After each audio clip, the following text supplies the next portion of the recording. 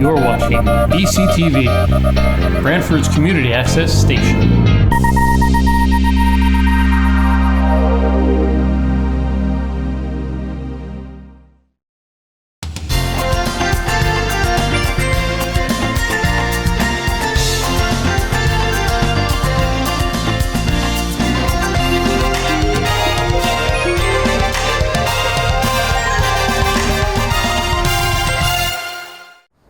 Hello again, everyone, and welcome to another Around the Town of Branford with Henry and Frank. I'm Frank Toohill. We're standing here at the First Congregational Church on the Branford Green because three Branford churches, the First Congregational, Trinity Episcopal, and the Stony Creek Congregational, have worked together, joined together to create the Holy Week Walk and Stations of the Cross on the Branford Green. It's a walkable worship experience. It's going to be great. And each station we're going to stop at, and it's going to be described to you thoroughly by two of the ministers involved. And I'm here with the Reverend Sharon Grayson. Good morning, Reverend Grayson. Good morning, Frank. It's lovely to see you. It's great to see you too. And also the Reverend Joseph Perdue from the Congregational Church. Good morning, Reverend Perdue. Good morning, Frank. It's great to be here. That's great to hear. Also, we have with us today Carrie Stewart from the Congregational Church. She's their Faith Formation Coordinator. Hello. Good morning. It's great to see you, Carrie. Great to see you. Thank you. So anyway, there's a few questions that I have, but first I'd like to hear from the Reverend Perdue about this great program as to how it started. Would you tell us, sir? Absolutely. So this is a really exciting worship experience, and we wanted to collaborate between the three churches because, you know, the Episcopal Church and the Congregational Church are next door neighbors, and we all like each other, so we decided it would be great for us to work together and do something to share resources and to show the community that we are in fact united, even though we are not meeting in the same building and we're from different traditions. The things that unite us are a lot more important than the things that divide us, and we had the opportunity to make a walkable Stations of the Cross because traditionally in Branford there is a walkable Good Friday where each church on the green hosts a worship service and it progresses from one to the other. And of course we can't safely do that during the pandemic, but we can still walk on the green outside with social distancing. And because of recent events in our country, we decided that we would create this experience centered around racial justice so that we can see the comparisons between the events of Jesus last week on earth and the injustices that people of color experience in our country. And also now, this is the first time you've had something like this, right, during Holy Week? That is correct. This is the first time we've done anything like this. Good. Okay, Reverend Perdue, I'm going to ask Carrie Stewart now, the Faith Formation Coordinator. Now, you know, there's palms are handed out in the churches, right? And I just wanted to know, I mean, how come they pass out palms? What's the significance of the palms? So on Palm Sunday, we celebrate the triumphant parade of Jesus into the city of Jerusalem. And that was a protest parade. That's what it was. And he was welcomed on a donkey with palms. So we recreate that every Palm Sunday. That's very interesting. Thanks for your answer. I have a question right now for the Reverend Grayson. Okay, so there is Palm Sunday, right? And then like the week later, right? It's Easter. They call that Holy Week. What is that all about, Reverend Grayson? Holy Week is the opportunity for Christians to engage Jesus' journey to the cross. Mm-hmm. So we take that time from the protest entry to Jerusalem, which Jesus knew what he was doing. He was tweaking the noses of the authorities. And during that time, we have what is known as the Last Supper. Jesus is betrayed and arrested, and there is a trial, and he is sentenced to death. Mm-hmm. And he walks carrying his cross with the help of Simon of Cyrene, carries the cross for him to Golgotha, and he is crucified and he dies on Good Friday at 3 o'clock. Mm-hmm. And so this is our opportunity to engage that journey, to walk with him, and to be prepared for the glory of Easter. but we shouldn't try to get to the glory of Easter too quickly, because as the message of this Stations of the Cross is, we must not look away from the hard stuff. That's great. Thank you so much for that information. It was very interesting, Reverend Grayson. Also, a question for Reverend Perdue. You know, people say, right, that Christmas is the most holy day of the year, but other Christian scholars say it's Easter is the most holy day. What's the answer to that, Reverend Perdue? Well, one of the things you learn in seminary on your first day is that if you have a question, an either-or question about theology, the answer is always yes. They're holy for very different reasons. So at Christmas, we see what is known as the incarnation. That is where God becomes human, and we see that God does not look upon us as something to be ashamed of or as something less than, but God decides to become one of us in order to reveal God's love for us. And whenever Christ was born, he was born in the midst of one of the most oppressive empires that ever existed. And we can see throughout the gospel story, there were consequences to that. There were innocents who were killed. The Holy Family had to flee and become refugees in another country to escape state violence. And yet God still chose to become one of us, and that was good news. Mm-hmm. So that is why Christmas is holy. And of course, Easter is holy for a different reason. As Sharon noted, whenever Jesus entered Jerusalem after the protest march, protesting Roman power and the way that they expressed that power through violence, he was inevitably going to be killed. His teachings, his mercy, his ministry directly conflicted with the powers that be, and it challenged the status quo and challenged the authority of the people who really thought they mattered. And he died as a result. It was humanity's rejection of God's way of love and nonviolence and peace. But at Easter, we see that God rejects our no. In the cross, Jesus took all of humanity's violence and sinfulness, all of our pettiness into God's self. And at Easter, God responded only with love. And so in Easter, we see that love and life will have the last word over death and violence. Okay, that's great. Thank you very much, Reverend Perdue. All right, so we're just about to start the walk, and each of the stations is going to be talked about by the ministers that are involved. So the first one is over here to our right, and that's called Station A, and it's going to be described to us by Carrie Stewart from the Congregational Faith Foundation coordinators. Okay, so stay with us.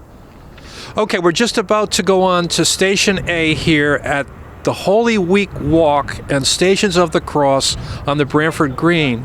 So right now we're going to go to the prayer wall. What's the prayer wall all about, Carrie? So this prayer wall was built by the youth in our church. The youth group did this. And the symbol for this whole program is again and again. So we have the ampersands painted on here. And we have strips of fabric and pens that can be used.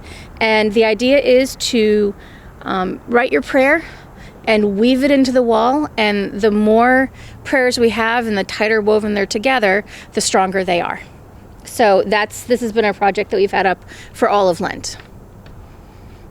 That's wonderful. And there's a lot of prayers that are on the wall there, I see. And also now, this will be here for how long? So this is going to be up through Lent. So this will come down on Easter Sunday. On Easter Sunday. Okay, Yep. Great. All right. So that's the prayer wall. Mm-hmm. Okay. And so right now we're going to go to Station A. Okay. Up here. Okay. So you want to do it from here? Sure. Okay. So Station A is. Is he following us? Yeah. So Station A is posted up here on the wall. Okay. There's 2 tracks. There's a family prayer walk that is available and appropriate for children of all ages and adults of all ages. And it's a real focus on stopping and having small discussions, very short, 30-second thought triggers, and a chance for you to talk and walk to the next station together. And then the adult track, which is up at the top, focuses on racial justice and mirrors Jesus' walk along with the along with our walk of these days in racial justice in this country. There's art featured. This particular spot has an art feature.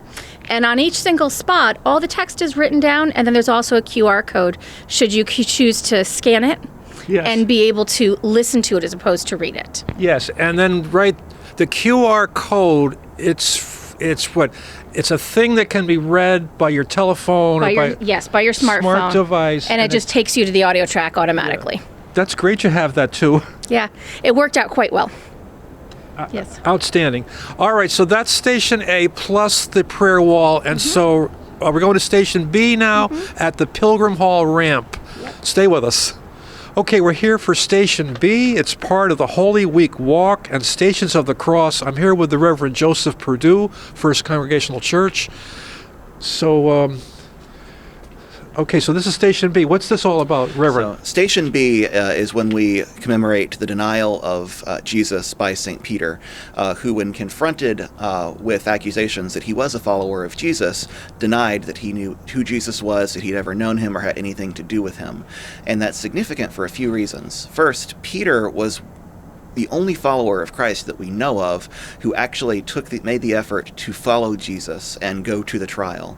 So he was willing to follow Jesus, but when he was confronted with the weight of what that meant, he faltered.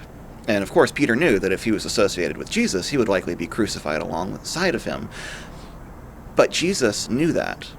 During the Last Supper, Jesus told Peter, "You will deny me 3 times." And in spite of knowing that Peter would ultimately fail, Jesus still washed his feet and still fed him and loved him and welcomed him. So that's a great comfort for us because God knows that we are going to mess up and God still invites us in. And this station focuses, as you can see, on the way that we deny Christ today. We are commemorating this by pointing out that whenever there is injustice in the world, if we do not confront it as followers of Jesus, that is in itself a way of denying who Christ is.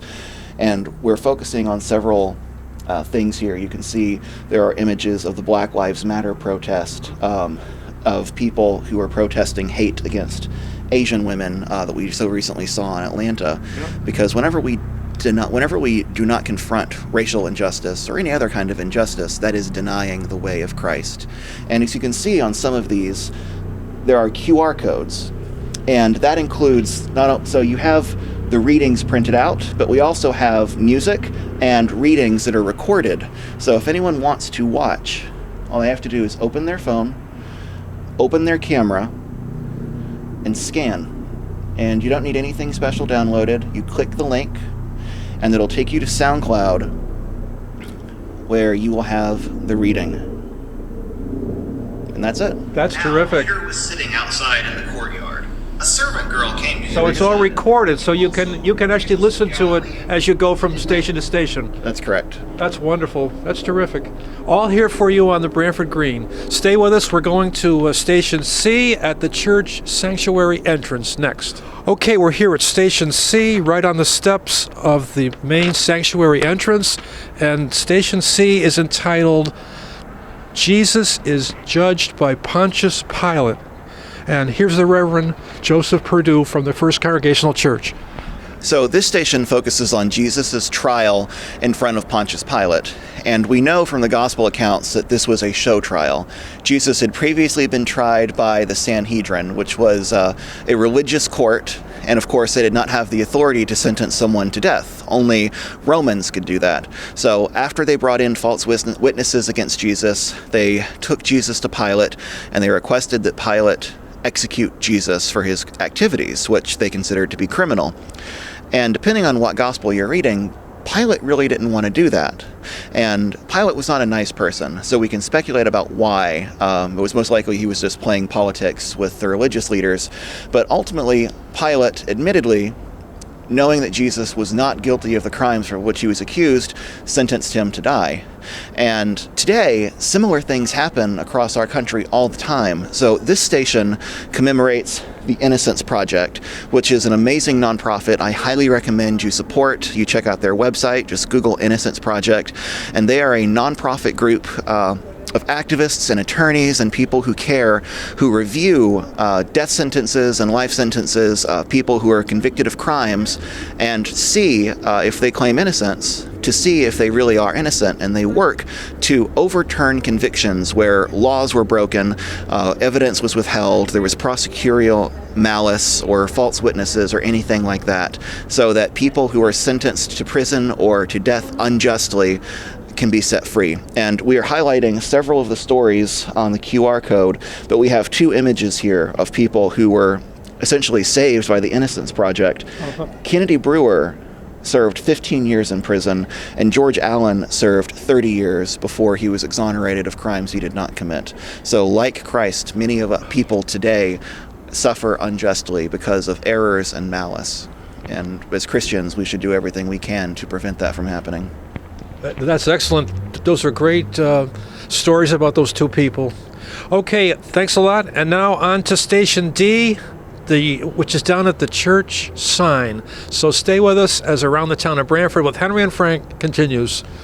Okay, we're still here on the Branford Green as the Branford churches, the Stony Creek Congregational Church, the Trinity Episcopal Church, and the First Congregational Church of Branford, they have worked together and they have created the Holy Week Walk and Stations of the Cross on the Branford Green. It's a walkable worship experience. And I'm here with the Reverend Joseph Perdue, and you've only been here in Branford shortly, correct, sir? That's correct. Started February 1st. Well, we're glad you're here, Reverend Perdue. It's great to have you in town. Thank you. It's good to be here. Branford already feels like home. That's great to hear. Okay, so we're here at Station D. So would you please explain this to us? I believe this one's about Christ being crucified, right? That is correct. This is the station where we commemorate the act of Jesus' crucifixion, where he was nailed to the cross. And of course, crucifixion was an ancient punishment reserved for slaves who got out of line and for people who made political trouble. What the late Congressman John Lewis would have called good trouble. Romans did not like people making good trouble any more than all of the other ancient empires did, because that inevitably led to their downfalls. And we're focusing now on the aspect of the violence of the crucifixion, of the bloodshed of an innocent person. And I think whenever we think about innocent lives being lost and innocent blood being shed, most of us will inevitably think about just the mass shootings that continue to happen in our country. And as we put this together, 2 of them had recently occurred. The shooting in Boulder, Colorado, where 10 people were murdered, and the shooting in Atlanta, where a person who claims to be a Christian, although his actions obviously contradict that, who was a white supremacist and a misogynist, hunted down Asian women in order to murder them. And we stand against that as followers of Christ, and we say emphatically that gun violence is unacceptable, that racism and misogyny are unacceptable, and that we have to take action to prevent this senseless loss of life, because this doesn't happen in other countries in the way it happens here, and it doesn't have to happen, and it will only continue to happen so long as we resign ourselves to its inevitability. And this station also, like all of the others, has the family walk option, which Carrie talked about, that is appropriate for younger kids. Obviously, some of these topics are a lot for younger children. This one especially is our favorite because it deals with joy and sadness and the way kids can watch the news or overhear their parents talking and have big feelings about some of the scary things that are happening in the world. So this one uses footage from Disney Pixar's Inside Out to help kids relate to some of these important things, and I want to show you the way that works. So I'm taking out my iPhone, but you can use any smart device, including a tablet. Just open your camera and put it in front of the QR code there, and you'll see a link pops up. You click the link and it takes you to SoundCloud. You don't have to download anything, and you just hit play, and momentarily this clip will start playing. Again and again, we find ourselves here. And it goes on for a couple of minutes. The future is here, Reverend Perdue. Yes, we are making great use of the technology during the pandemic. Yeah. Well, that's great. Okay, so right now we have 3 more to cover, and we're going to be going now over to where they are, which is at the Trinity Episcopal Church with the Reverend Sharon Grayson. Stay with us. Okay, we're back, and this time we've changed churches. We're now at the Trinity Episcopal Church. We're just about to hear about Station E, which is located to my left in front of the Trinity Parish Hall outside. Also, I would like to congratulate the Reverend Sharon Grayson.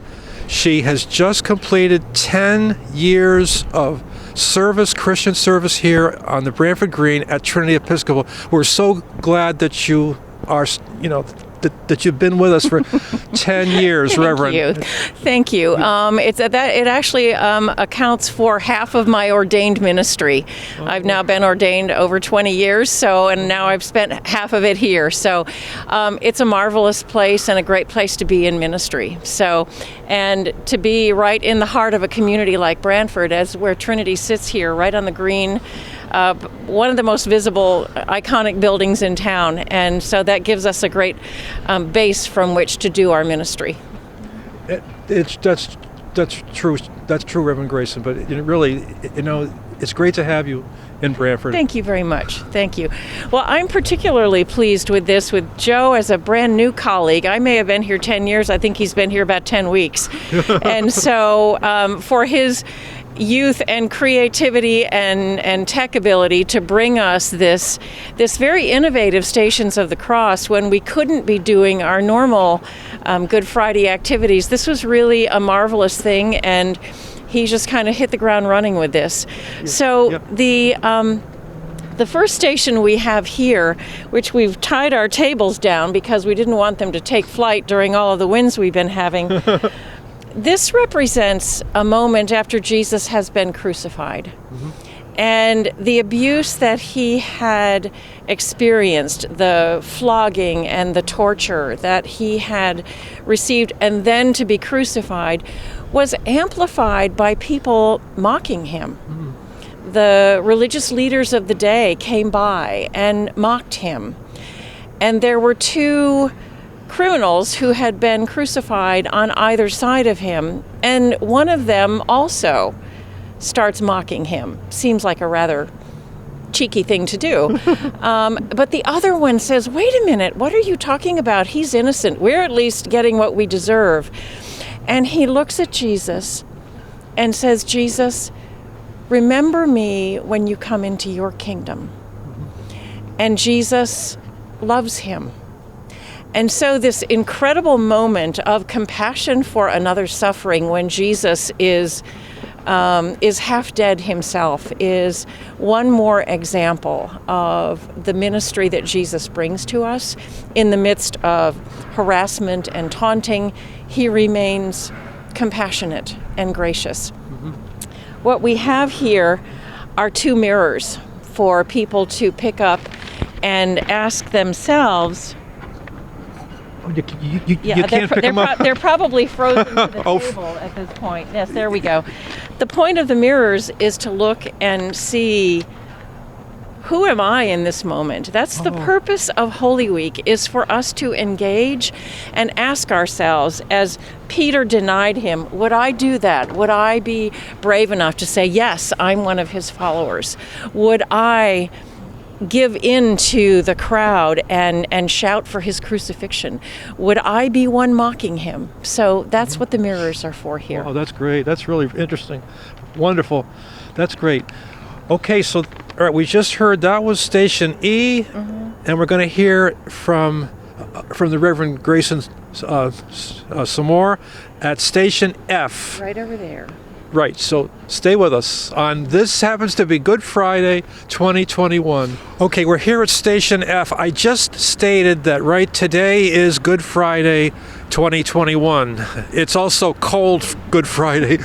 It's about, I think it's about 45, Reverend Grayson, but the wind chill makes it seem like below 32, right? Yeah, and everyone should have one of these wonderful old-fashioned heavy wool cloaks to be wearing. True. Trust me, I'm glad for it. This station is one, as a mother, that is, this tears my heart out, because this is the moment when Jesus looks down and sees his mother standing at the foot of his cross. And first of all, how she could do that is just an incredible thing to me. We have paired this story with the memory of Emmett Till's mother, who, upon receiving her son's body when it was brought back to her after he was brutally tortured and killed by white supremacists in the South, how she had to look on the battered body of her son. And so making that connection between what Jesus and his mother shared, as he was concerned for her. He looked at one of the other disciples and said, "She's your mother now, take care of her." And these pictures that we have of Emmett Till's mother, they're powerful paintings that depict her in that moment being held up by her friends. But that kind of violence and cruelty that Jesus experienced, Easter may come, but the violence has not ended. And so this particular one is so hard to see, but it's also the kind of thing that we're not to rush past, because if we just rush for the colors of Easter and the bunnies and the eggs, we miss what got us there. And that we have to engage if we as a human family are ever going to come to a better place. So this is a powerful moment. Absolutely. Well, thanks so much for all your great thoughts on this station. Okay, so we're just about to go to the last station. One more. Yes. One more. Yep. Station G is next. Stay with us. Okay, I was just corrected. It's currently 28 degrees, and so therefore the wind chill makes it feel like 20 or even 10. less. 10, yeah. Okay, so we're here. This is the last station, and here's the Reverend Sharon Grayson from the Trinity Episcopal Church. This isn't any less hard than the last station. Here we mark the moment when Jesus dies. And one of the things that we don't often talk about is that while Jesus had sustained many injuries from his beating and the torture, what kills you in crucifixion is suffocation. The lungs simply can't fill with air anymore. And so we have paired the story of Jesus' death on the cross with the too many people who have died saying, "I can't breathe." Yep. And this is particularly poignant for us right now as we have watched witnesses in the trial break down at their feelings of helplessness in watching this, as did the mother and the other women who stood at the foot of the cross. They could do nothing to save him. And so this "I can't breathe" moment is the other thing that we can't look away from. So this station is the death of Jesus, and then the story of Joseph of Arimathea, who was a follower of Jesus, but also a religious leader in the town, came to Pontius Pilate and asked to be able to take Jesus' body down from the cross and bury him. And Pilate agrees to that. And so Joseph has the body brought down, and there are all of those amazing artistic images of Jesus' mother receiving his broken, lifeless body. He is wrapped in a linen cloth and put in a tomb, a rough stone cave hewn out of the rock, and a stone is rolled in front of it, and the women have watched to see where he's been buried. So that is the end of the Good Friday story. But as we know, it is not the end of the story. No, that's for sure. Easter's comes and he rises. But the message here is that we cannot look away.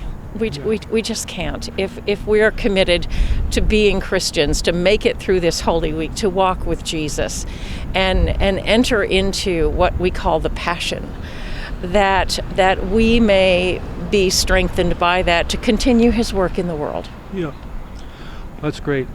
Well, thank you so much, Reverend Grayson, for that powerful themes, and just great. So anyway, we're just about to wrap up. I mean, you've seen all the 8 stations of the cross here on the Branford Green. The first time this has ever been done by the 3 Branford churches: Stony Creek Congregational Church, the Trinity Episcopal Church, and also the First Congregational Church of Branford. Okay, so we're just about to wrap up. We're going to be joined by the Reverend Joseph Perdue, so stay with us. Okay, we have now moved inside. Thankfully, it's actually warm in here, which is great for a change. And I want to thank the Reverend Joseph Perdue. He has recently come back to our program, and we'll be speaking to him very soon. It's great to see you again, sir. Thank you. Okay, so currently, right now, we're standing right inside the beautiful historic church. It's just a magnificent church. The altar is just behind us, and there's a great cross behind us too. Would you tell us about that, Reverend Grayson? I don't know how old this cross is. It has been erected for Good Friday for probably 20, 25 years. It takes about 4 people to set up on last night, on Maundy Thursday evening. And we usually have the whole Branford community come in and worship with us as we do our walk from St. Mary's to the Baptist Church to the Congregational Church and end here. We will have our own service tonight at 7 o'clock. But it is a powerful reminder. I'm not sure if it's exactly to scale, but the cross on which Jesus was crucified would have been easily that tall. And one of the purposes of that was for everybody to be able to see. It was a way for the Roman Empire to say, don't mess with us, see what'll happen to you. Mm-hmm. So it was the early electric chair. It was the method of execution. And now we take it as a symbol of victory of Jesus over death, God over violence, hate, love over hate. Wow, that's really very strong, very powerful to actually see, the replica of the cross that Jesus was crucified on. Very powerful today to see that. Gee, that's amazing. That's great. So I just wanted to talk to Sharon just a little bit about her church, and then after this, the plan is to go over to the other church. We're going to go in the other church with the Reverend Perdue. But anyway, so Sharon, would you just tell us about the church? If people want to get it, if they want to come to the church service, I mean, how do they, call you, or what's the website? And also, the main question is, I wanted to know if the church is open now. Yes, after a pandemic year, we opened on Palm Sunday. We will have Easter services here. We actually are adding an Easter service because we are limiting attendance so that we can keep people safe and physically distanced. So we have 3 services on Easter morning. Reservations, I understand, are full for the 8 and the 10. We have an 11:30 service. And on a normal time, you find us by coming through the red doors. But right now, of course, nothing is normal. So calling us at the church, 871, no, that's my phone number, 203-488-2681, or finding us at trinitybranford.org on the web with all the information is there, a service schedule and lots more. All right. Well, anyway, thank you so much for being with us. It's a great program that was, that's been constructed here on the Branford Green. The crosses are just wonderful. Well, so thank you. We thank you, Frank, for giving it some attention. It's a pleasure, a real pleasure. Thanks again. Okay. Absolutely. All right, my thanks to my friend Joe for putting this together. Thank you for joining us. Yeah.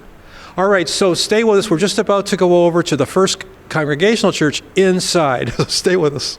Okay, we're back with Reverend Joseph Perdue, and we're in the beautiful church right in front of the altar at the First Congregational Church of Branford.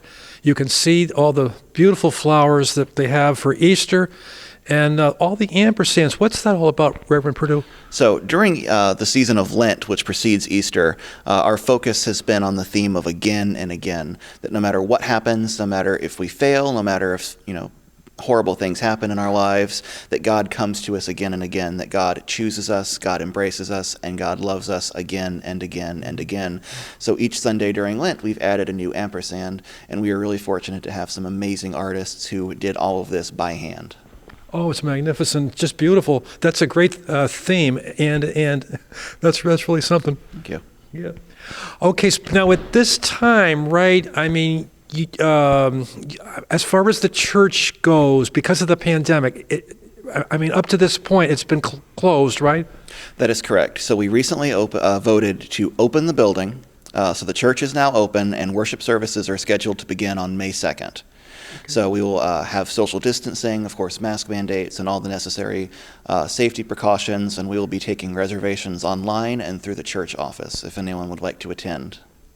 Okay. All right, and so, with the church now, if there's a person out there and, they like to get, to go to church, how do they do it? Where do they go for the information? So right now, anyone can watch any of our worship services on Facebook at any time. And the link to our Facebook is on our website, firstcongregationalbranford.org. So all of our worship services happen live on Zoom, and they broadcast live to our Facebook page, so anyone can watch that. And in addition to worshiping in person here, starting in May, Easter sunrise service will be 6 a.m. at Killam's Point in Short Beach, and we're exploring various worship options for the summer, including Vespers services at the beach, and our youth group has restarted after a year hiatus during the pandemic, and we've already had 9 teenagers participate. It's been a huge success already, and we're excited to watch it grow. Absolutely, that's great. And this whole thing was great today, right? Absolutely. The beautiful.